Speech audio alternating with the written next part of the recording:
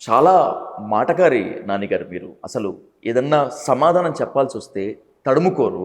అసలు ఏమాత్రం ఆలోచించరు. సబ్జెక్ట్లో కింగ్.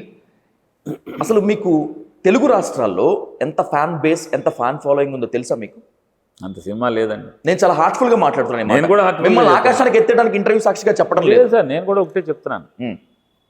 అంటే మీరు అన్నారు కదా అక్కడ జనంలో ఏం లేదు, జగన్కి జనంలో బలం లేదు అదేనని. ఇవాళ మీరు చెప్పే మాటకి ఓకే, నాని గురించి మాట్లాడిన మాట అంటే జగన్మోహన్ రెడ్డి గారిని అభిమానించేటువంటి ప్రతి మనిషి జగన్ జెండా బలంగా పిడికిలి బిగించి మోస్తున్నటువంటి నన్ను అభిమానించడమే మీకు కనపడినటువంటి నా మీద ఉన్నటువంటి ప్రేమ మమకారం. ఇది నా మీద ఉన్నటువంటి ప్రేమ కాదు, మమకారం కాదు. మీరు గమనించిందంతా కూడా వాళ్ళ గుండెల్లో గుడి కట్టుకుని ఎవరైతే పూజించుకుంటున్నారో లేదా ప్రేమించుకుంటున్నారో ఆ జగన్ జెండాని పిడికిలి బిగించి బలంగా మోస్తున్నాను కాబట్టి అందరూ కూడా నన్ను కూడా అభిమానిస్తున్నారు. దానికే అదే కారణం. అంతకు మీ వందల ప్రెస్ మీట్లు చూశాను నేను. మీ ప్రత్యర్థులకు మీరు ఇచ్చేటువంటి వేలాది కౌంటర్లు చూశాను. అన్నింటికి మించి ల్యాబీలో కూర్చొని మీరు అసెంబ్లీలో ప్రసంగిస్తుంటే చాలా అబ్బురపోయి ఆశ్చర్యపోయి చూశాను. అలాంటి మీరు ఇక అసెంబ్లీకి రారు, అసెంబ్లీలో ఉండరు అంటే నాతో మాత్రమే కాకుండా చాలా మందికి కాస్త ఇబ్బందికరంగా ఉంది. ఎందుకు అసెంబ్లీకి దూరం అవ్వాల్సి వచ్చింది మీరు? అదేం లేదు, అంటే రాజకీయాల్లోకి వచ్చినప్పుడు మా నాన్నగారు చనిపోయాక సహజంగా వారసత్వ రాజకీయాల్లో ఇంట్లో తండ్రి చనిపోతే వెంటనే రాజకీయ పార్టీలు ఆ ఇంట్లో కుటుంబ సభ్యులను పెడతాయి. అలాగే కాంగ్రెస్ పార్టీ కూడా నా తండ్రి 1998లో చనిపోతే వెంటనే నన్ను ఇవాళ నా కొడుకు ఏజీ కన్నా 1 సంవత్సరం పెద్దోడిని ఉంటాను నేను. 1 సంవత్సరం పెద్దోడిని ఆ రోజు. మా నాన్నగారు చనిపోగానే 99లో కాంగ్రెస్ పార్టీ నన్ను బీఫారం ఇచ్చి నన్ను ఉంచోబెట్టింది. సో 99లో ఓడిపోయాను, చాలా చిన్న వయసులోనే ఓడిపోతే అప్పుడు అక్కడి నుంచి గెలవాలని కసితో పనిచేశాను. ఒక్కసారన్నా అసెంబ్లీకి వెళ్ళి అధ్యక్ష అనాలి. నా నియోజకవర్గంలో ప్రతి ఊర్లో కూడా పేరుని నాని ల్యాండ్ మార్క్ ఉండాలి, ఇది నానిగాడు చేశాడని చెప్పి అనుకోవాలి. అటు చేసి మానేద్దాం అనుకున్నాను.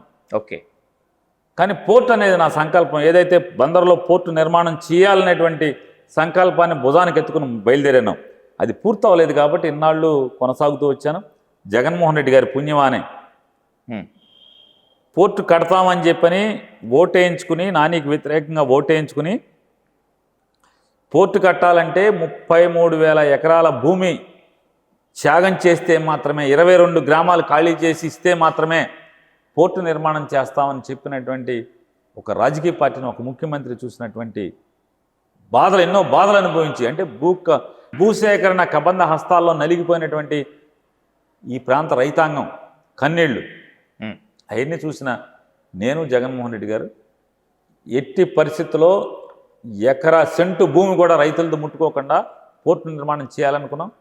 ఆ రకంగానే సుమారుగా 5,000 కోట్ల పైచిలుపుతో 1,700 ఎకరాల ప్రభుత్వ భూమిలో మాత్రమే పోర్టు నిర్మాణం చేస్తూ, అంటే నేనేదైతే ఒక కళని భుజానికి ఎత్తుకుని సంకల్పంగా భుజానికి ఎత్తుకుని బయలుదేరానో అది ఇన్నాళ్ళకి నెరవేరుతుంది. ఓకే, మెడికల్ కాలేజీ తేవాలని ఒక ప్రయత్నం రాజశేఖర రెడ్డి గారి దగ్గర ఉండగా మొదలుపెట్టాను, అవ్వలేదు. ఇవాళ జగన్మోహన్ రెడ్డి గారు గెలవంగానే అడిగాను, ఇచ్చారు, కాలేజీ ఓపెన్ అయిపోయింది. అంటే అసలు జగన్మోహన్ రెడ్డి గారు మాట ఇవ్వటం, శాంక్షన్ చేయటం, శంకుస్థాపన చేయటం, బిల్డింగ్లు కట్టేయటం, బిల్డింగ్లు ఓపెన్ చేయటం, పిల్లలు మెడికల్ కాలేజీ పర్మిషన్ వచ్చేయటం, పిల్లలు అడ్మిషన్ అయిపోవటం, మొదటి సంవత్సరం పూర్తయిపోవటం, ఓకే, అంతా ఒక కళ్ళలాగా జరుగుతూ వచ్చేసింది. బందర్లో మెడికల్ కాలేజ్ వచ్చేసింది, పోర్ట్ వచ్చేసింది. మత్స్యకారులు ఎన్నో ఏళ్ళ నుంచి ఎవడొస్తాడు నరకం చూస్తున్నాం.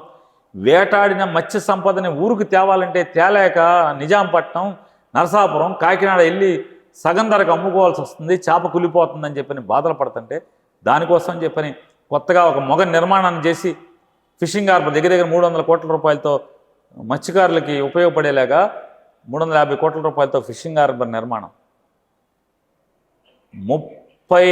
సుమారుగా 30,000 మందికి దగ్గర ఇళ్ల స్థలాలు ఇవ్వటం.